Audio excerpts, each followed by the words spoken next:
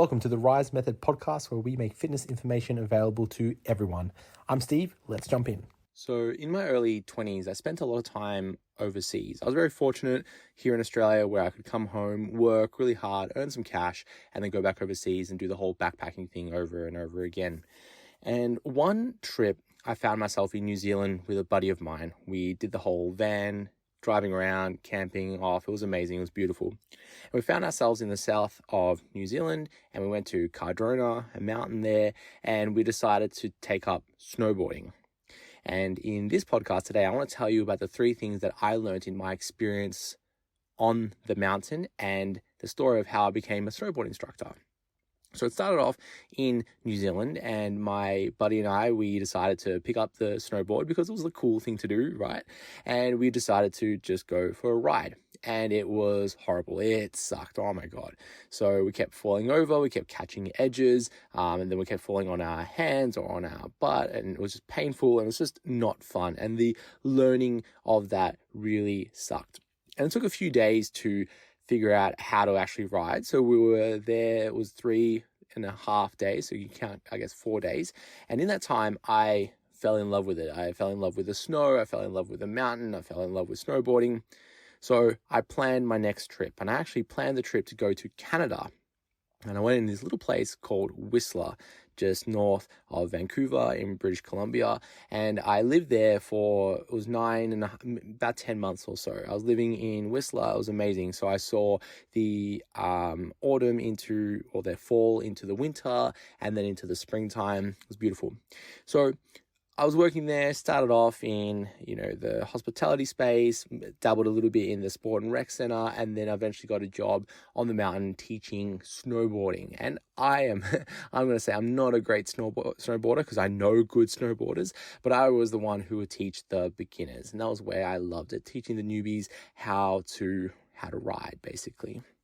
And the first thing that we can learn from my experience is that learning is hard. Learning is hard, but the reward is worth it. So learning how to snowboard is hard. You're falling over all the time. You're falling on your hands, you're falling on your butt, you're in the snow, so you're wet.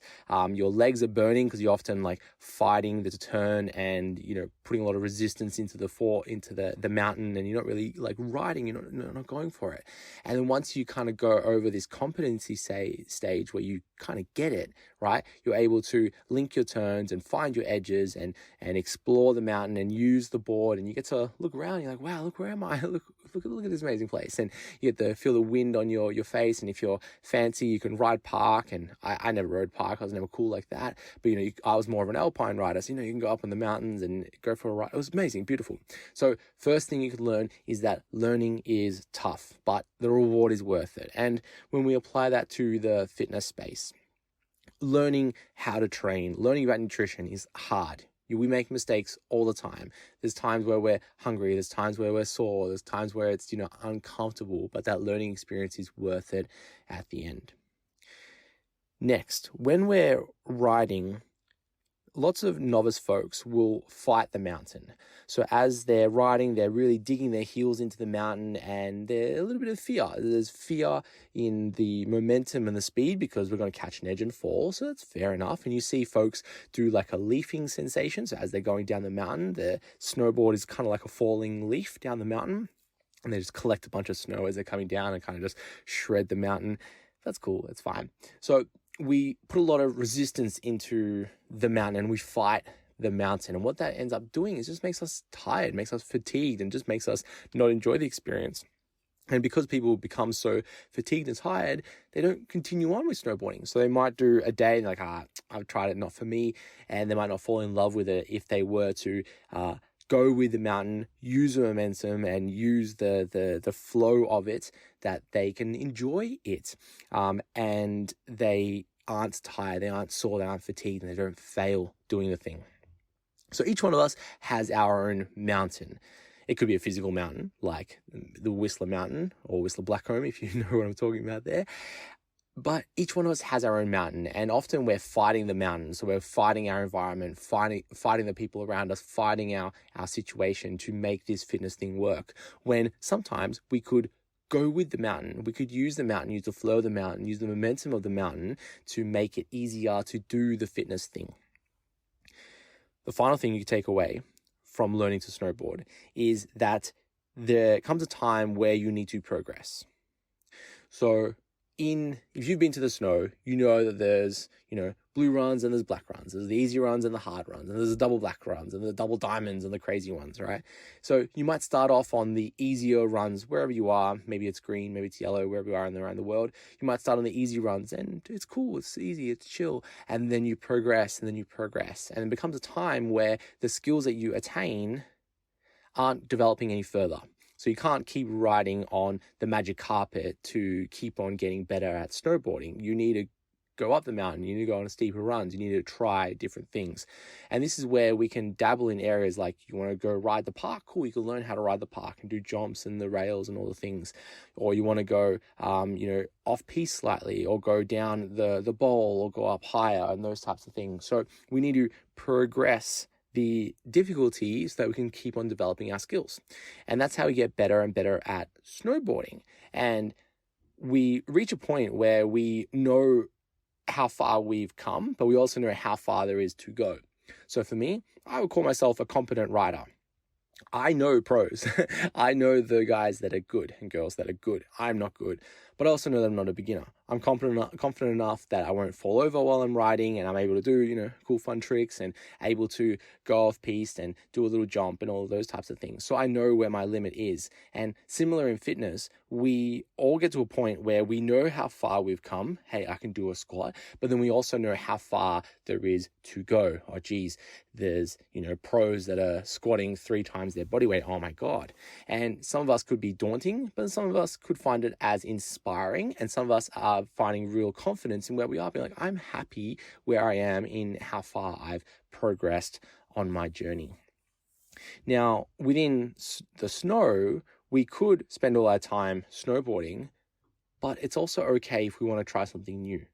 So for me, there was a long time where I was snowboarding, where in the Whistler ski season, I racked up just over 100 days on the mountain, which was amazing.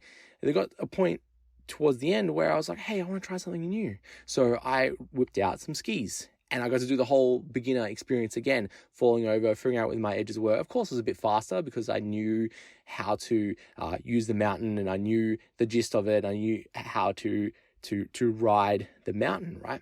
So that's similar in the fitness game, where you might start your fitness journey. Hey, I'm focusing on weight loss and I'm learning about how I can train for weight loss and how I can eat for weight loss and how this whole thing works together. Then all the skills you learn from that endeavor then gets applied to something new. Like, hey, you want to build muscle? Hey, it's a different game. But all the skills that you've learned from losing weight can be applied to this new endeavor. So, folks, they're the 3 things that I learned while snowboarding, and now you have learned without needing to go to the snow, unless you're a snow bunny like me. Firstly, learning is difficult. Learning is hard. Learning sucks sometimes, but the reward is worth it. So if you're finding yourself at a point where you're no longer learning, I want you to try something new where you are in that learning mind frame, where it is the little bit of grit, little bit of struggle, a little bit of a challenge, because that's where we learn, and you don't know what the reward is on the other side when you learn that new skill. Second, we all have the mountain that we have in our lives, and you can fight it or you can go with it. And we all know that going with it, making it easier for us to do, is probably the better option. And number 3, all about scaling. So kind of linking to number 1, I guess, but you can't expect to get the same result from doing the same thing over and over again. You can't expect to see improvements from doing the same thing over and over again, right? So you can't expect just to ride the magic carpet and expect to be able to get better at snowboarding over time. Just like you can't expect to be doing the same workout over and over again and expect to get improvements over time. There's times where we need to try things that are kind of outside of our scope, outside of our skill set, so that we can continue to grow. So that's it, folks. Hope you enjoyed today's episode, and I'll catch you in the next one.